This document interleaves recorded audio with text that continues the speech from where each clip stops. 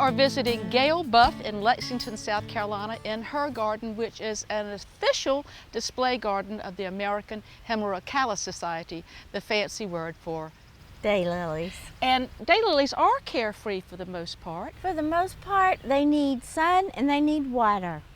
And if you're nice, you can fertilize them.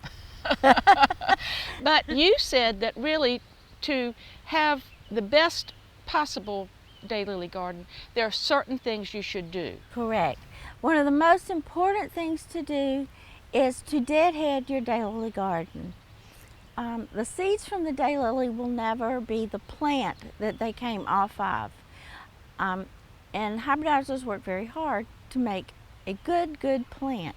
And you want to retain that good plant and not get it confused with a seed that has fallen off of your plant.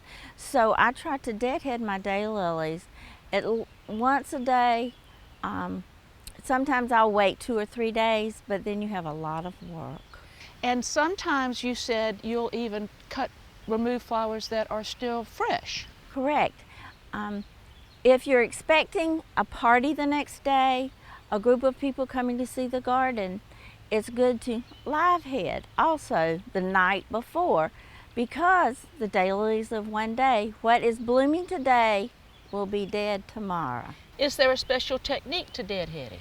It's not hard. You just want to use your thumbnail and pinch at the base of the flower. If you see a seed pod forming, you want to go ahead and nip off that seed pod too. Now, eventually daylilies need to be divided, and how do you make that determination? And then would you walk us through the steps to do proper division of daylilies? Yes. I decide when to divide my daylilies when I see that the base of the plant has gotten a certain width, which is about a foot, maybe 15 inches if I'm a little busy. And then you have to clean off the roots, you have to cut off the foliage, and you use a screwdriver to divide the daylilies. They'll be that entwined. Yes, especially if you have waited many years. If you do it in 3 to 5 years, not so much. But a lot of people say, I've never divided my daylilies.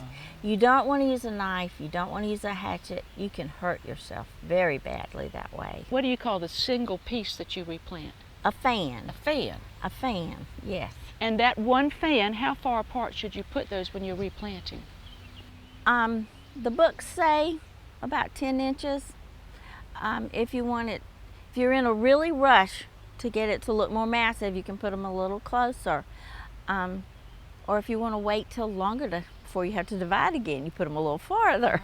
It's all personal. It's your garden. It's your design. I think Mrs. Whaley says that you prune when you find yourself in the garden with pruners. When are the times that it is all right to divide your daylilies? Technically, you can divide them any time of the year. I tend to like to divide them more in the fall when the weather's nice. Well, I thank you today. Today is a warm day in the spring, and you have been kind enough to share these techniques with us and let our listeners and viewers learn from an expert. Thank you for your wonderful generosity of spirit. Thank y'all for coming. It's been a pleasure.